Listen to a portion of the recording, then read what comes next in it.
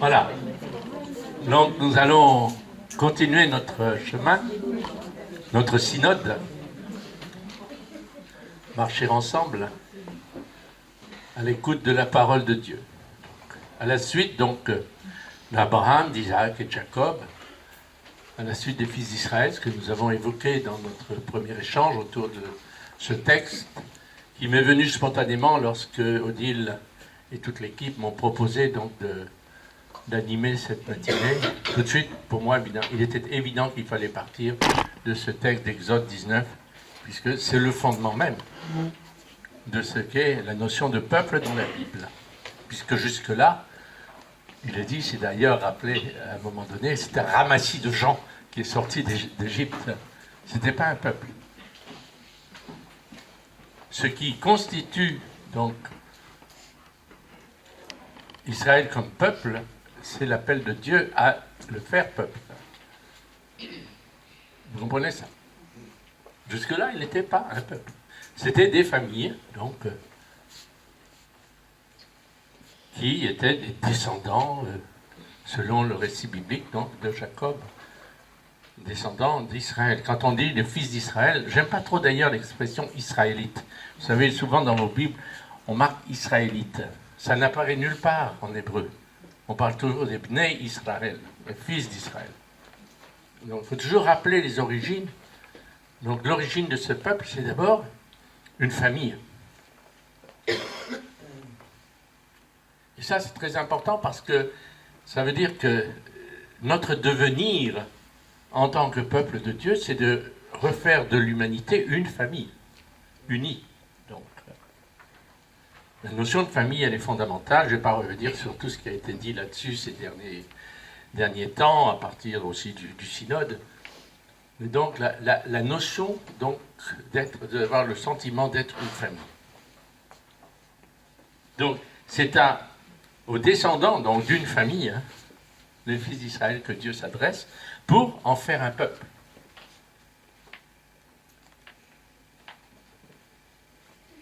Et donc, il y a des choses dans le texte biblique qui est là pour nous le rappeler. Déjà, rien que dans ce qu'on appelle donc le rôle sacerdotal de ce prêtre, de ce peuple de prêtres, tel qu'il va être signifié à partir du temple, donc, et puis de l'autel, des sacrifices et tout ça. Et ça, c'est des notions fondamentales. Je vais vous expliquer pourquoi. Quand on parle de l'autel d'Israël, on le distingue de l'autel des Cananéens ou des peuples païens. En quoi est-il particulier cet autel, justement? Qu'est-ce qu'il a de particulier qui fait qu'on ne peut pas le confondre avec les autels païens? Je fais appel à votre mémoire. De quoi était constitué l'autel d'Israël? Une pierre plate. Une pierre plate? Pardon? Et combien de pierres non taillées? 12. Comme il y a 12 tribus d'Israël. Donc l'autel d'Israël, c'est 12 pierres non taillées. Alors pourquoi non taillées de main d'homme, c'est dit d'ailleurs, non taillées de main d'homme. Pourquoi 12 tribus, donc 12 pierres, pardon, non taillées de main d'homme?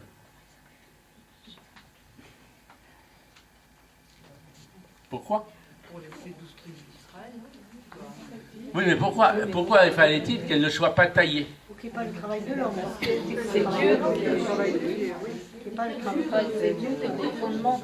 Non, taillé par l'homme. C'est Dieu qui pas de violence, c'est pas l'homme. C'est-à-dire qu'il faut que chacun reste dans son particulier, dans ce qu'il a d'original. Et si je vous regarde, il n'y a pas de clone parmi nous. N'est-ce pas? Chacun a ses traits particuliers. Pardon, son histoire particulière. Et d'ailleurs, dans le récit de la Genèse, quand il y a les bénédictions d'abord donc de Jacob, puis viendra plus tard les bénédictions de Moïse sur les 12 tribus d'Israël, on les caractérise chacune avec ce qu'elle a d'unique, de particulier. Donc, et c'est cet ensemble donc, que Dieu réunit. Donc l'autel signifie le rassemblement de ces 12 tribus d'Israël en un seul peuple, mais où chacun garde son caractère propre.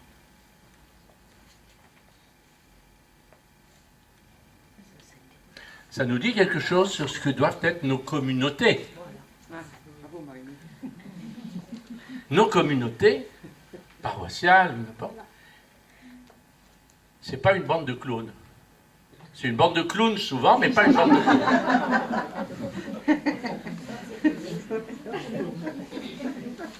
Où chacun garde son particulier. Quand Jésus appelle les 12 disciples, comme le disait mon maître, Jacques Fontaine, il y a bien des années, il disait, il y avait 2 ambitieux et 10 jaloux. En plus, si je regarde la liste, il n'y a pas grand-chose pour qu'ils s'entendent. Puisqu'il y avait parmi eux, donc, les gens qui étaient donc de simples ouvriers, de simples pêcheurs. Il y avait un percepteur d'impôts, un certain Matthieu, Lévi. Et puis il y avait à côté de ça un certain Simon, dit le Zélote, c'est-à-dire les 2 opposés politiques. C'est-à-dire le collaborateur des Romains et le résistant. Il met tous ces gens-là ensemble et il va leur dire à la fin, écoutez les petits gars, aimez-vous les uns les autres comme moi je vous ai aimés.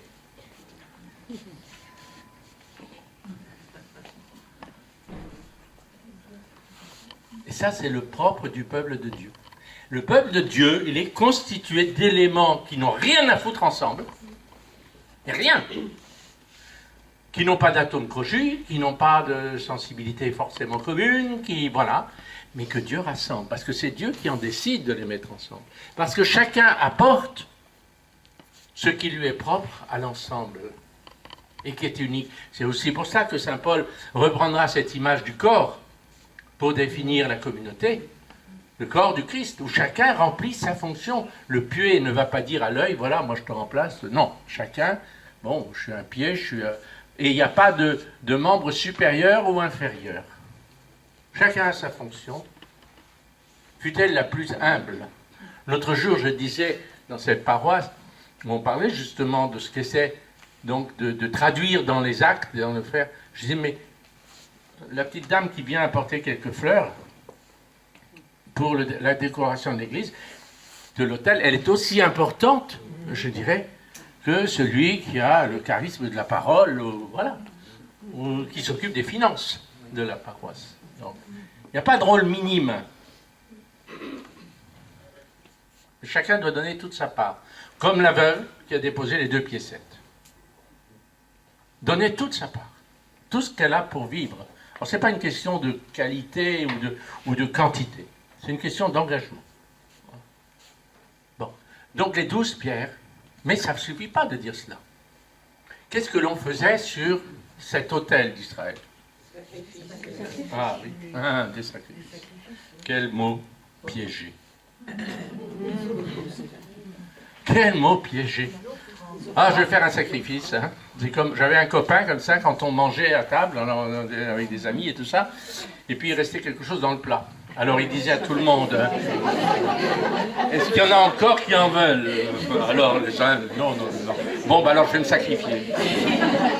Il faut dire qu'il mesurait 2 mètres et qu'il avait des nécessités, je dirais, biologiques que nous n'avions point. Bon. Donc, notion de sacrifice. Qu'est-ce que le sacrifice dans la tradition biblique? Je vous pose la question.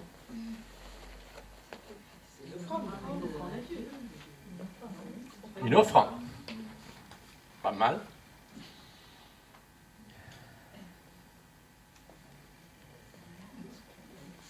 Est-ce qu'il y en a qui ont fait de l'hébreu? Ben, vous allez vous y mettre. Hein.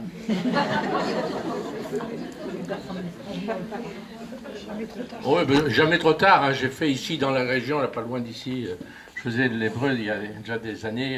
Et il y avait une brave sœur qui était à la retraite depuis longtemps. Elle avait 95 ans. Elle s'est mise à l'hébreu. Voilà. Elle m'a dit, Manu, oui, ben, vous la connaissez? Voilà. Et Manu, ben, quand elle est arrivée au ciel, ben, au moins elle avait quelques mots pour dire Shalom, les paroles, Manishma. Elle peut parler avec Dieu, au moins. Elle avait quelques mots pour lui parler.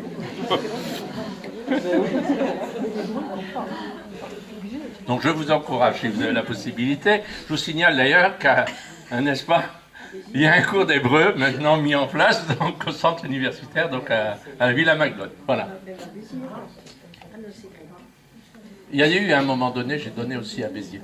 Bon, ceci étant, je blague, hein, mais le mot sacrifice en hébreu, le terme générique, hein, c'est korban. Korban.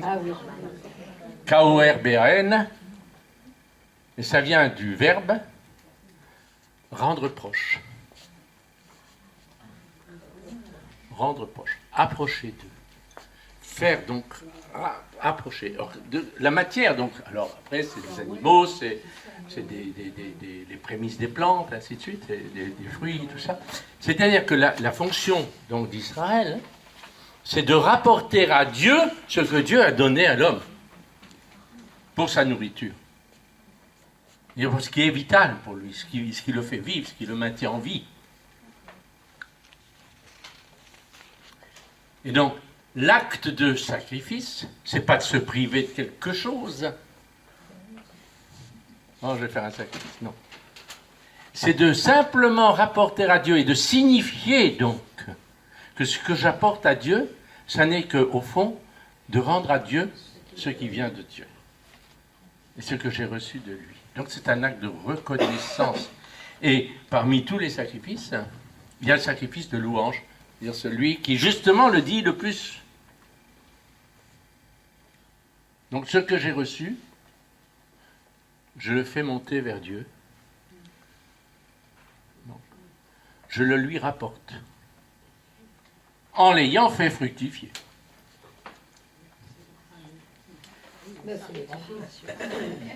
Oui, en l'ayant fait fructifier.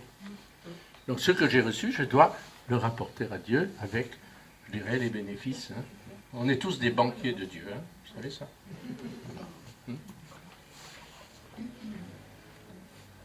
Donc tout rapporter à Dieu.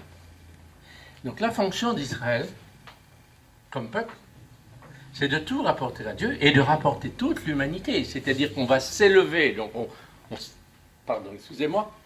on bâtit un autel de 12 pierres, les 12 tribus d'Israël, de manière à ce que toute l'humanité puisse être rapportée à Dieu. Donc la vocation d'Israël, c'est d'élever toute l'humanité vers Dieu.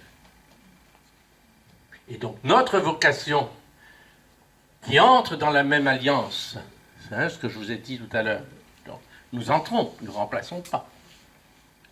Contrairement à ce qu'on a longtemps dit, malheureusement, le nouvel Israël, donc l'Israël ancien, le nouvel Israël, l'ancien Israël s'est mis à la poubelle.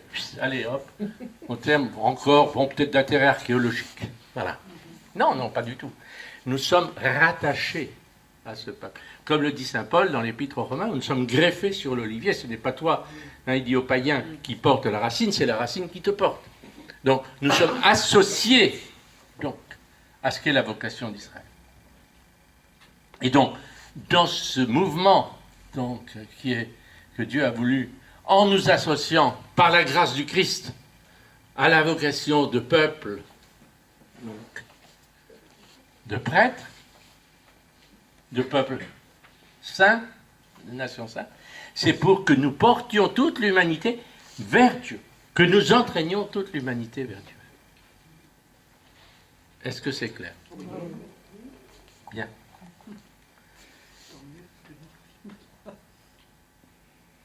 Alors, comme je l'ai déjà dit et je vais y insister,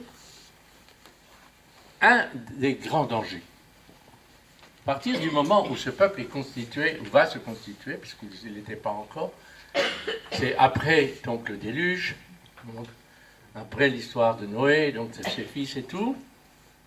Donc les peuples veulent se rassembler donc, en un seul lieu. La tentation de l'uniformisation, on y a déjà fait allusion. Et ça, c'est un des grands péchés que nous pouvons commettre. C'est-à-dire qu'il faut que tout le monde soit pareil, tout le monde pense pareil. Voilà, on est tous bâtis sur le même modèle. Voilà. Ça, c'est la grande tentation.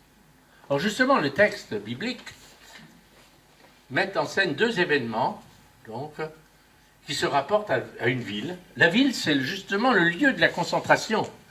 Donc si les hommes, à un moment donné, donc dans l'histoire, ont voulu se rassembler pour bâtir des villes. C'est pas d'abord pour se protéger, pour s'associer, pour cultiver ensemble, ou développer, je dirais, un certain nombre d'industries, ainsi de suite. Donc la ville, c'est un phénomène, je dirais, naturel, l'urbanisation, je dirais. Donc on retrouve des traces, par exemple, quand on va en Israël, on voit par exemple à Jéricho, 8000 ans avant, on voit que les hommes ont commencé à bâtir une tour, donc on peut supposer qu'il y avait déjà un début donc, de ville, puis ensuite, un peu partout on trouve ça, donc les villes anciennes. Donc c'est un réflexe naturel. Mais le danger, c'est que cette concentration humaine peut aller contre l'homme. C'est-à-dire que ce n'est plus pour être au service, donc, mais c'est pour mettre l'homme à son service. C'est pour ça que la tour de Babel, donc, il y a tout un commentaire dans la tradition juive qui dit que lorsqu'ils ont bâti la tour, ce n'est pas seulement le fait qu'ils voulaient atteindre le ciel, Dieu, s'élever comme donc une vision orgueilleuse de l'homme. Mais ce que le Midrash, le commentaire juif dénonce, c'est que la brique dont on se servait pour bâtir la ville était plus importante que l'homme qui la portait. Ce qui veut dire que si un homme tombait, tant pis, on le remplaçait par un autre, voilà. C'est pour ça aussi d'ailleurs que dans le récit de la servitude des fils d'Israël, donc il y a cette histoire de brique. Mais vous savez que le mot brique en hébreu, ça veut dire ce qui est exsangue. Pourquoi ? Pourquoi la brique, c'est quelque chose qui représente un corps exsangue. Comment on fabrique une brique ? Avec de la terre, n'est-ce pas ? Comme l'homme. D'accord ? Et puis on la mouille. Et après, qu'est-ce qu'on fait ? Ah, voilà. Elle est desséchée.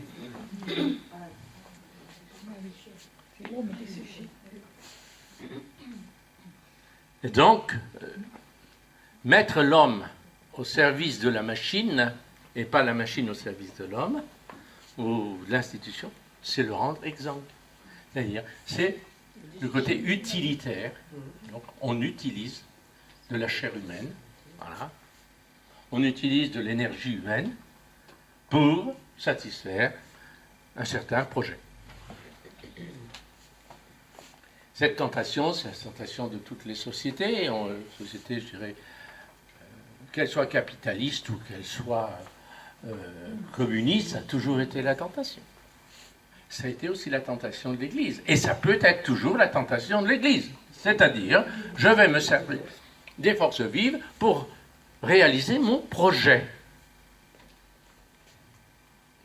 Et donc, il n'y a plus le respect de la personne.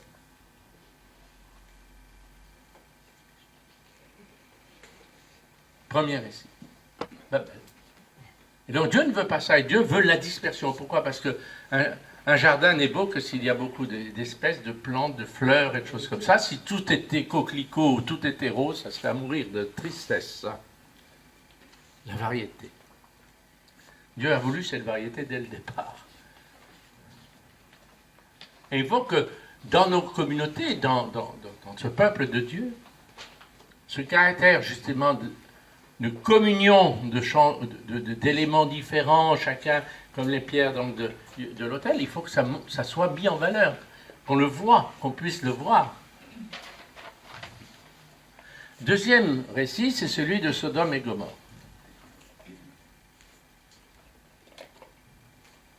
Habituellement, quand on parle du péché de Sodome et Gomorrhe, on fait toujours allusion à l'histoire qui arrive à ces pauvres anges de Dieu, ou plutôt envoyés de Dieu, qui sont allés et qui ont été accueillis par Lot, et que les hommes de la ville donc, se rassemblent et puis veulent les faire sortir pour les connaître, on dit, donc en fait pour les violer. Bon.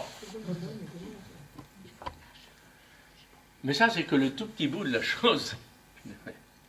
Ce qu'on dit de Sodome et Gomorrhe dans la tradition juive, là aussi c'est intéressant, le Midrash, c'est que c'était justement l'antithèse de la ville, celle que Dieu la veut.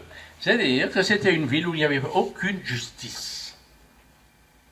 Et que lorsque quelqu'un se présentait à la porte de la ville, qu'il soit riche ou qu'il soit pauvre, on lui prenait tout ce qu'il avait, même si c'était qu'un quignon de pain.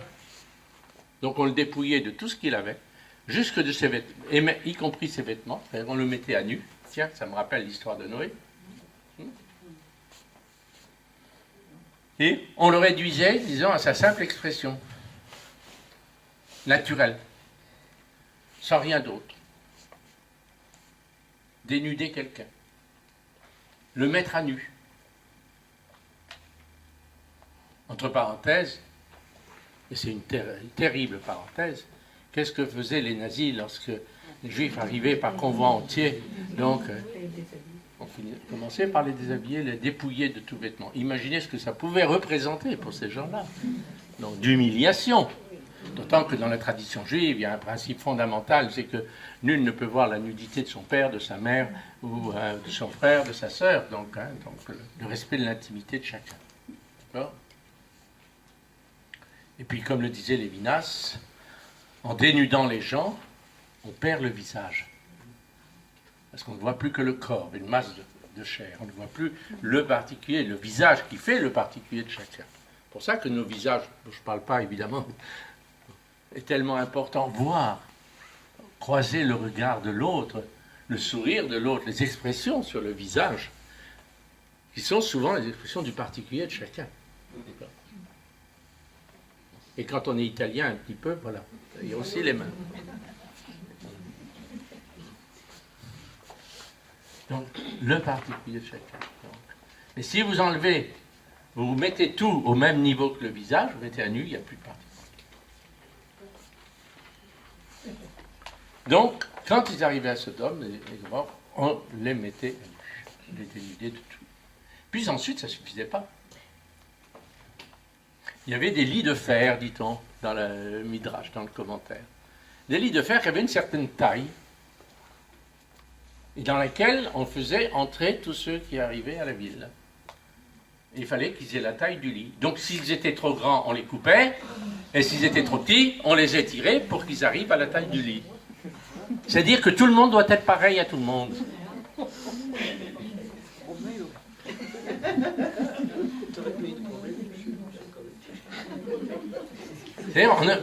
On n'accepte pas la différence. Voilà, on n'accepte pas la différence. Eh bien, si dans nos communautés, il n'y a plus ce respect des différences, ce n'est plus le peuple de Dieu. C'est Sodome et Gomorrhe. C'est Babel.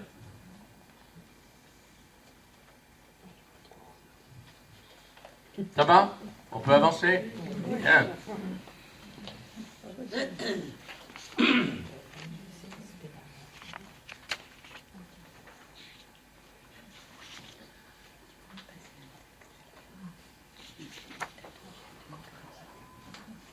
Autre passage important qui va définir.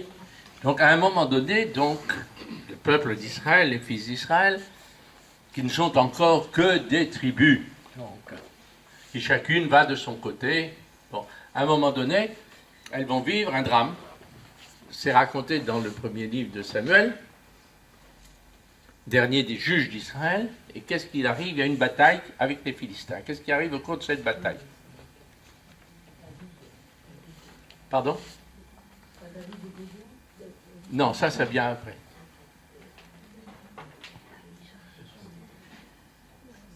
La bataille d'Aphek. Si certains ont la mémoire biblique, Odile, Françoise.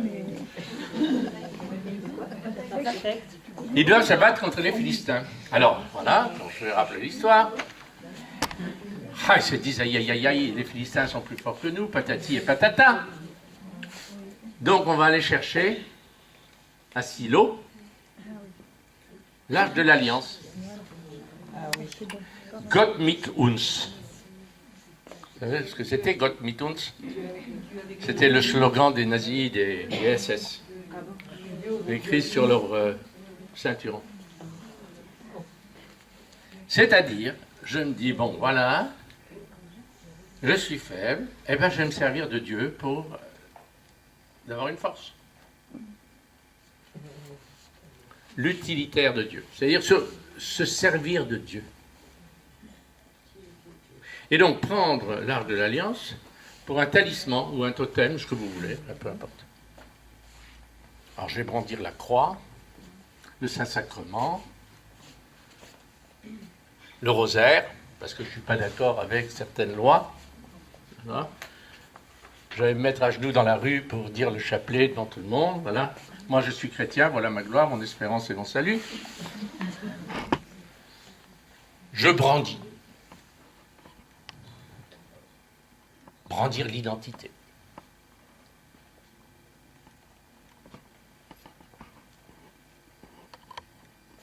Je ne fais le procès de personne quand je dis ça. Je dis c'est un constat. C'est une tentation. Le peuple d'Israël n'a pas échappé à la chose, et donc il se dit, on va aller chercher le talisman, l'arche de l'Alliance. Et là, grâce à l'arche de l'Alliance, on va gagner la bataille. Manque de peau, c'est exactement le contraire qui se passe. Ils sont battus à plat de couture. Les Philistins prennent l'arche, l'emmènent dans leur ville, le mettent dans leur temple, et tous les matins, quand ils reviennent au temple, ils trouvent la statue du dieu Dagon, le dieu supérieur des Philistins, qui s'est écroulé. Ils commencent à avoir peur. En plus, ça leur fout des maladies. Et vous savez laquelle maladie ils avaient, les pauvres Philistins, à avoir gardé l'arche de l'Alliance? Les hémorroïdes. Ils ne pouvaient plus s'asseoir.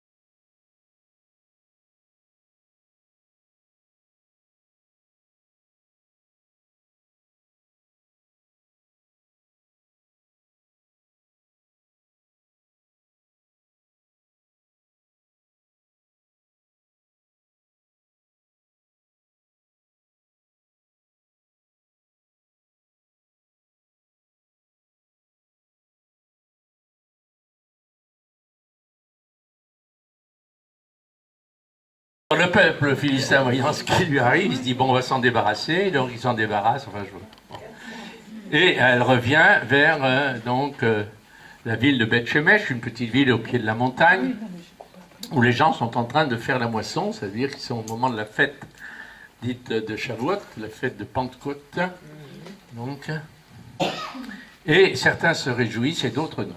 Alors ça va mal tourner pour eux, alors ils s'en débarrassent et ils vont mettre l'arche, ils vont remonter l'arche dans la montagne, puis elle va rester dans une sorte de garage, là, voilà. On l'abandonne.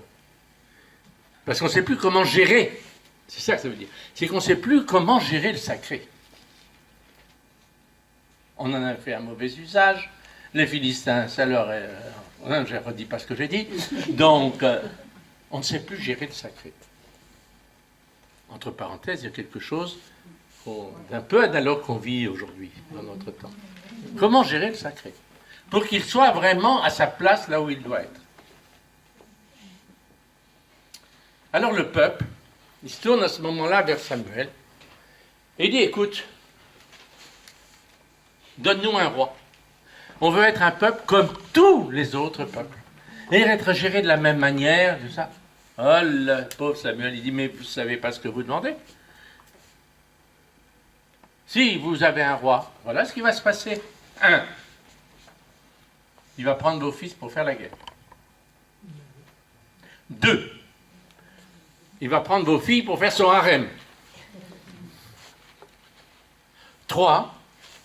Il va prendre votre argent pour s'enrichir, pour faire ses palais, et ainsi de suite. C'est ça que vous voulez? Oui, nous voulons être un peu comme tout le monde. Bon, alors il se tourne vers Dieu, il dit, qu'est-ce que je fais? Donne-leur un roi, qui fasse l'expérience. Après tout, ils le veulent, qu'ils en fassent l'expérience. Parce que le seul roi, c'est Dieu lui-même. Mais puisqu'ils en veulent un, on va leur en donner un. Alors donc, il y a d'abord l'onction de Saül, puis ensuite l'onction de David. Voilà. Et David se retrouve roi. Il arrive à refaire le temple, l'autel d'Israël, et il arrive à regrouper à nouveau toutes les tribus d'Israël, donc autour d'une ville qu'il a conquise, qui s'appelle Jérusalem, mais il lui manque quelque chose. Hein. Pour vraiment asseoir son pouvoir, il se dit, bon sang de bonsoir, Gott mit uns. Il faut que j'ai du sacré chez moi, parce que les sanctuaires, c'est Silo, c'est Gabaon, c'est ceci, c'est cela, tous les sanctuaires donc israélites. Mais Jérusalem, il n'y a que dalle. Il n'y a rien à Jérusalem. C'est une ville que j'ai conquise de païens et tout ça. Donc il faut lui donner. Hein. Eh ben, j'allais chercher le symbole du sacré, c'est-à-dire donc l'arche de l'alliance. Alors j'y vais, papam, papam, avec mon armée, n'est-ce pas, pour prendre l'arche et la mettre dans ma maison. Comme ça, aux yeux de tout Israël, j'affermis mon pouvoir. C'est ce qu'il fait. Et qu'est-ce qui se passe en chemin? Il prend d'abord l'arche, on la met sur un chariot, tiré par des bœufs. Et puis, des hommes autour, l'armée. Et à un moment donné, le chemin devait être un petit peu caouteux, comme c'est toujours dans le pays, n'est-ce pas? Puis l'arche commence à tanguer, n'est-ce pas? Et puis, alors à ce moment-là, il y en a deux qui se précipitent pour la retenir. Il ne faut surtout pas perdre l'objet sacré, n'est-ce pas? Et qu'est-ce qui se passe? Il meurt. Il meurt. Oh, on ne dit pas qu'ils ont écrasé, on dit qu'ils sont morts. On ne dit pas qu'ils ont été écrasés par l'arche. Ils sont morts, ils ont été foudroyés. Alors le pauvre David, il se dit, il y a quelque chose qui ne fonctionne pas dans cette affaire-là. Donc qu'est-ce qu'il fait? Prudence, prudence, fuyons. Je laisse là, je ne m'en occupe plus, je pars. Et je laisse tomber, c'est mon intention. Puis il va réfléchir parce qu'il apprend que là où l'arche était arrivée, chez un certain Oved, Édom, qui n'avait rien à cirer de cette affaire-là, lui il n'avait rien demandé, il se retrouve avec l'arche chez lui. Lui, pour le coup, il l'a chez lui. Hein. Mais lui, il n'avait rien demandé, il n'avait rien cherché. Et voilà que lui et toute sa famille sont bénis. Alors, David va rentrer en lui-même et il va dire, il faut que j'aille chercher l'arche. Mais pas comme je l'ai fait. Il faut que je change mes intentions. Il faut que moi, je sois au service de Dieu et pas Dieu à mon service. Donc il va revenir, et il revient d'abord avec tout le peuple, cette fois-ci. Tout le peuple, et pas son armée. Les signes de sa puissance. Tout le peuple. Et puis, il va faire porter l'arche par les Lévites. Humblement. Dire à la main. On ne la met pas sur un chariot. Elle est portée au pas des hommes. Par des serviteurs. Ce sont les Lévites. Des diacres. Et qu'est-ce que fait David? Il danse. Mais il avait aussi dansé la première fois. Hein. Mais cette fois-ci, il danse, revêtu de quoi? Un pagne de serviteur. Tant et si bien qu'en dansant et en tournoyant, quand il est arrivé à la porte de la ville, sa femme, une de ses femmes, la fille donc de Saül, qu'il avait épousée, Mika, le voit. Et qu'est-ce qu'elle voit? Le roi qui tournoie nu. C'est le roi nu. Il est à poil.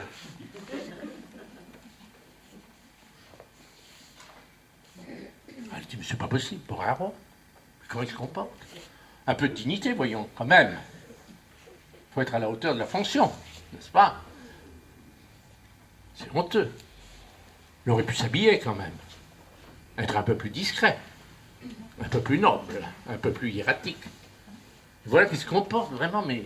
Et alors, il dit, si je dois m'humilier, je m'humilierai encore plus devant les servantes et les serviteurs de mes serviteurs.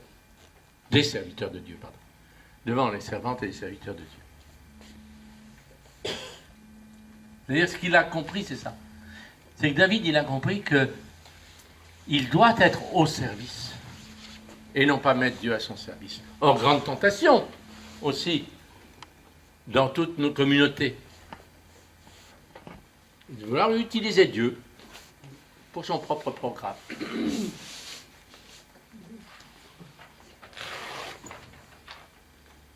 Pour réaliser son projet, au lieu de se mettre au service du projet de Dieu.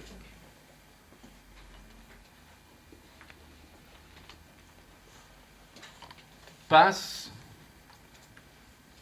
Et un jour, David s'est dit, bon, j'ai des besoins. Et il va céder à la tentation du pouvoir, une fois de plus, en envoyant donc son Premier ministre faire le recensement du peuple.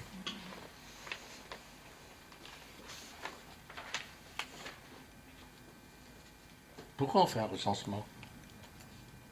Pourquoi fait-on des recensements?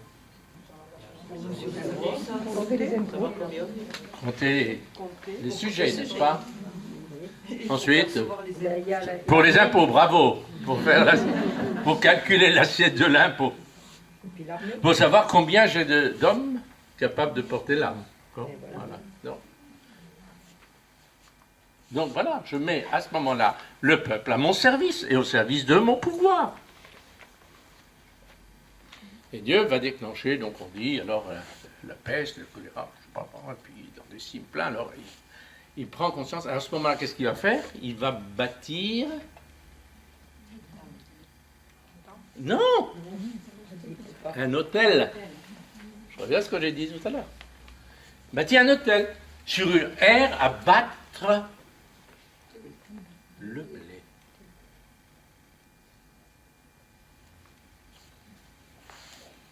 Et donc il va signifier par là que ce peuple dont il voulait s'attribuer l'énergie, les forces, l'argent, ainsi de suite, c'est pas son peuple, mais c'est le peuple de Dieu. Qu'il doit ce qu'il a reçu en tant que roi. Dieu lui a donné donc de gouverner ce peuple, mais pas pour qu'il en fasse son peuple, mais pour qu'il soit au service du peuple de Dieu.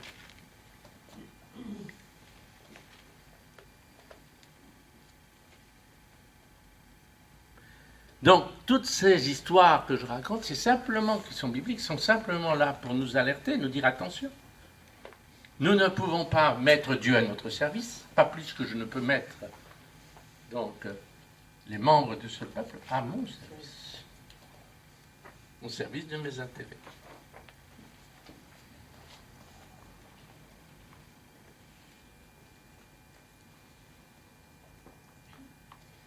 Et on verra d'ailleurs que, par la suite,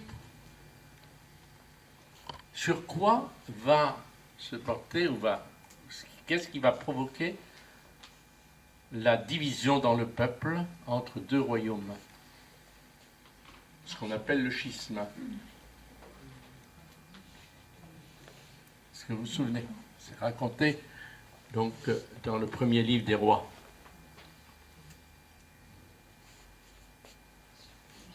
À quel moment a eu lieu le schisme entre le royaume du sud, qu'on appelle le royaume de Juda, et le royaume du nord, qu'on appelle le royaume d'Israël? À la mort de Salomon. Qu'est-ce qu'on dit de Salomon? Il fut sage. Il a demandé la sagesse.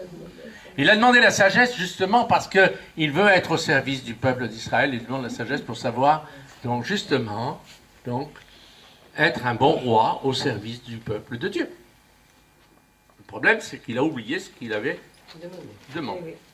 C'est-à-dire qu'il va s'enrichir, il va faire de grandes constructions, il va bâtir le premier temple, et comme le dit le livre des Chroniques, avec une toute petite touche d'ironie, quand il va construire le temple, parallèlement, il construit quoi? Son palais. Combien d'années a-t-il fallu pour construire le temple? Est-ce que vous le savez? 7 ans. Et combien de temps pour construire le palais?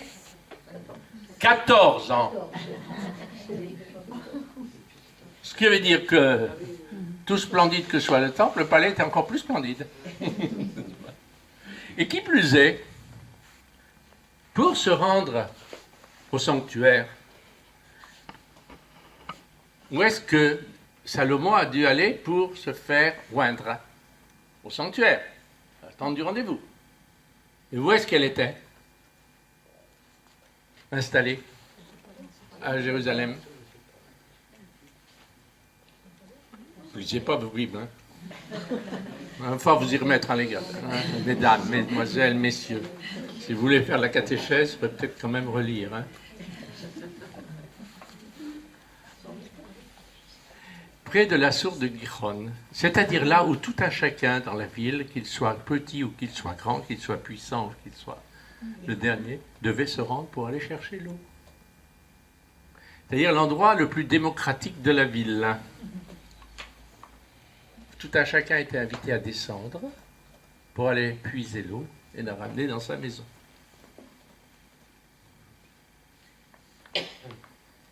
Et voilà que qu'est-ce que fait Salomon? Il décide de construire le temple, puisque Dieu l'y avait autorisé, mais il va le bâtir sur la colline qui est juste au-dessus de son palais. Et donc désormais, pour aller au temple, il faudra passer par la maison du roi.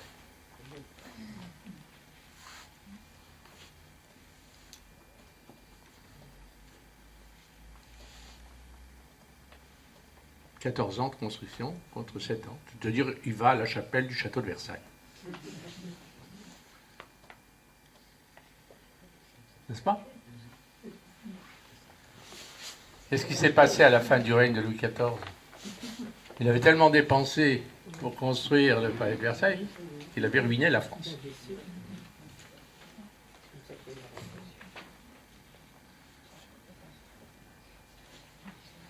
Et donc Salomon, il a besoin de beaucoup d'argent pour tout ça. Donc qu'est-ce qu'il fait? Il va organiser, il va envoyer des préfets, il va organiser partout, donc pour prélever les impôts, pour la maison du roi, pour le temple, patati, patata. Il en fait une affaire, une multinationale. En plus, il travaille avec les peuples étrangers, avec Hiram de Tyr, et ainsi de suite, pour avoir le plus beau bois, du cèdre, pas seulement pour le temple, pour sa propre maison, n'oublions pas. Voilà, donc il se sert. Et donc, il n'oublie pas une chose. Il dit, je vais imposer des impôts à tout le monde, à toutes les tribus d'Israël, sauf à la mienne. C'est-à-dire, exempt d'impôts, la tribu de Juda.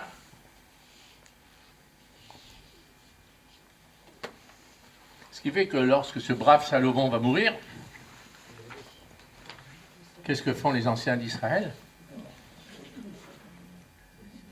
Ils convoquent d'abord son fils, Roboam, et disent, voilà, ton père, il a pesé lourdement sur nous, sa main nous a écrasés. Donc on t'en supplie, si tu veux vraiment garantir l'unité de ce peuple, continuer, il faut que tu allèges tout ça, que tu changes cette politique.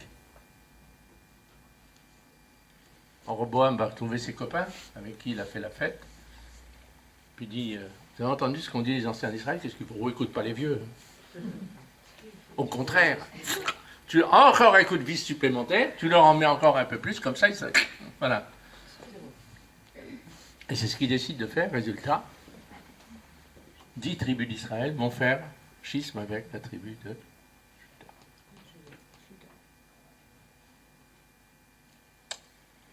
Donc voilà, ça on voit encore là, vous voyez à travers ces récits, des tas d'indications qui nous précisent ce qu'il faut. Alors justement, je vais faire un grand bond et je vais terminer par là. Le peuple, petit à petit, va prendre conscience, après l'exil et ceci et cela, l'attente d'un roi juste, un roi messie. Un messie. Un oint. Un être qui sera oint, qui aura l'onction de Dieu. Voilà. C'est ça que veut dire messie, hein, Mashiach. Celui qui a reçu l'onction. Et qui sera un roi humble. C'est pour ça que vous avez ce très beau récit, donc, donné dans le livre de Zacharie. Et voici qu'il vient, Sion, fille de Sion, réjouis-toi. Voici que ton roi vient humble. Monté sur un ânon, le petit d'une ânesse. Voilà. Et donc tout le monde est dans l'attente de ce roi Messie. Puis les siècles passent.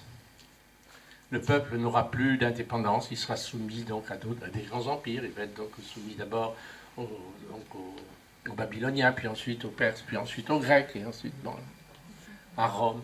Et tout. Et donc il est toujours dans l'attente de ce roi idéal, en quelque sorte, donc, qui sera véritablement dans la ligne de ce que Dieu veut, pour que le peuple soit vraiment un peuple. Un peuple au service, en étant lui-même. Et c'est pour ça que les évangiles nous racontent l'entrée de Jésus à Jérusalem. Mais je vais vous laisser sur la lecture, justement, d'un de ces textes. Celui de Matthieu. Alors, certains connaissent déjà la chose, mais je ne peux m'empêcher d'y revenir. C'est le chapitre 21 dans l'évangile selon saint Matthieu. Tu me dis si j'ai encore du temps? 5 minutes. 5. Ouh là, ça va être juste. Voilà le texte. Quand Jésus et ses disciples approchèrent de Jérusalem et arrivèrent en vue de Bethphagée, au mont des Oliviers, alors Jésus envoya 2 disciples en leur disant « Rendez-vous au village qui est en face de vous, et aussitôt vous trouverez à la tâche une ânesse avec son ânon près d'elle. Détachez-la, l'ânesse, et amenez-les, moi, l'ânesse et l'ânon. » C'est moi qui mets les parenthèses. Hein.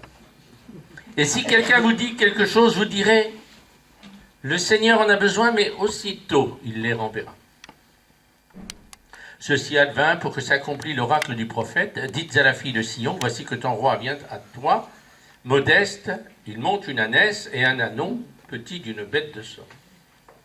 J'ai envie de dire à Matthieu, écoute, Matthieu, relis tes écritures. C'est pas ça qui était écrit dans la prophétie de Zacharie. Il n'a pas dit, il monte une ânesse et un ânon. Il monte un ânon, le petit d'une ânesse. Pourquoi tu déformes le texte? Je continue. Les disciples allèrent donc, et faisant comme leur avait ordonné Jésus, ils amenèrent l'ânesse et l'ânon, puis ils disposèrent sur eux, donc l'ânesse et l'ânon, leur manteau, et Jésus s'assit dessus. Mon Dieu de bon sang, bonsoir. Ah mince, Jésus c'était quoi, un équilibriste? J'ai le cercle. Il est rentré à Jérusalem comme un clown, comme un...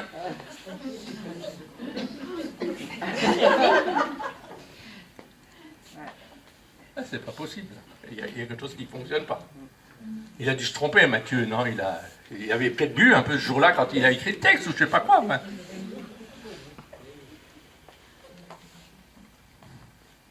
Or, justement, si Matthieu raconte une chose invraisemblable,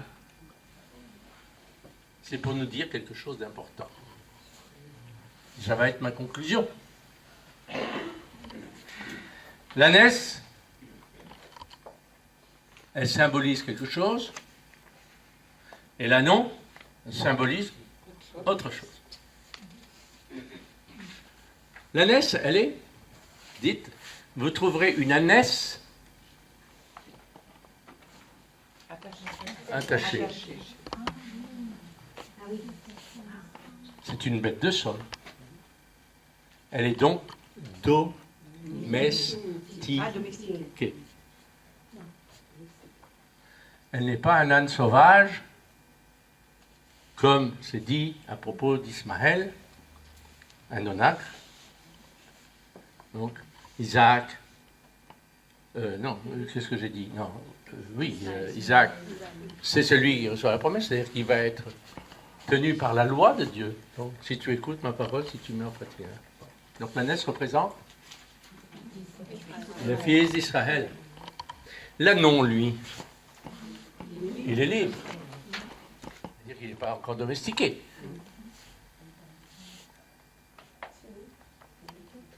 Oui, mais il vit où, l'ânon? Près de sa mère. Près de sa mère, pourquoi? Parce qu'il a besoin de se nourrir du lait de sa mère. Oui, les petits chiens, même, ils mangent les miettes qui tombent de la table du maître. Dira la femme syrophénicienne. Dire, j'ai besoin d'être en lien avec l'ânon, j'ai besoin d'être en lien avec ma mère. Sinon, je vais mourir. Et donc, l'ânon représente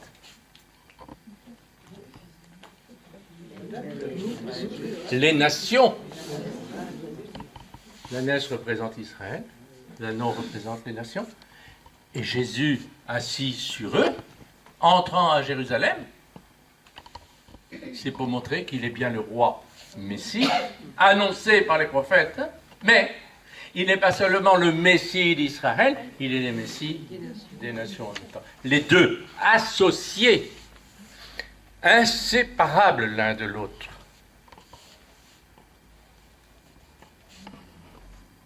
Et donc la notion de peuple, et je reviens à ce que je disais tout à l'heure, le particulier n'est pas, je dirais, indépendant du caractère universel, mais il le nécessite. C'est-à-dire qu'il faut qu'il y ait le particulier d'Israël et l'ensemble des nations pour que nous devenions peuple de Dieu. Or, le Concile Vatican II, dans le même temps, où il a rappelé que nous étions le peuple de Dieu, c'est fondamental dans la théologie du Concile Vatican II. Nous sommes peuple de Dieu, dans la diversité des nations, dans la diversité des cultures, d'où le retour aussi à une liturgie dans les langues vernaculaires, d'où aussi l'invitation faite aux différentes communautés de savoir à partir d'une structure commune, donc développer le génie propre de chaque peuple, donc d'apporter sa contribution, je dirais, au culte, au sacré. Mais il rappelle aussi le Concile Vatican II que ce peuple, donc universel, n'a de sens que parce qu'il y a un particulier qui s'appelle Israël, et que les promesses de Dieu demeurent pour Israël, et que le peuple de Dieu, c'est Israël et l'Église. Et pas seulement l'Église. Et pas seulement le peuple d'Israël. Les deux associés ensemble. Et je termine par cette parole qui remonte à un certain Ignace d'Antioche. Ignace d'Antioche. Vous voyez qui c'est? Martyr. Non? Il écrit « L'Église est catholicos ». Catholicos veut dire universel. Si en son sein, elle met en son sein ensemble ceux qui viennent de la circoncision, le peuple juif, et ceux qui viennent de la gentilité, c'est-à-dire des incirconcis. Les deux ensemble rassemblés donc, en un seul peuple. Voilà le dessein divin. Donc d'associer donc Israël et l'Église pour élever toute l'humanité, pour se mettre au service de toute l'humanité, pour se mettre au service de Dieu lui-même, et pour ensemble constituer un peuple de prêtres, une part d'abord, un bien propre, un peuple de prêtres et un peuple saint.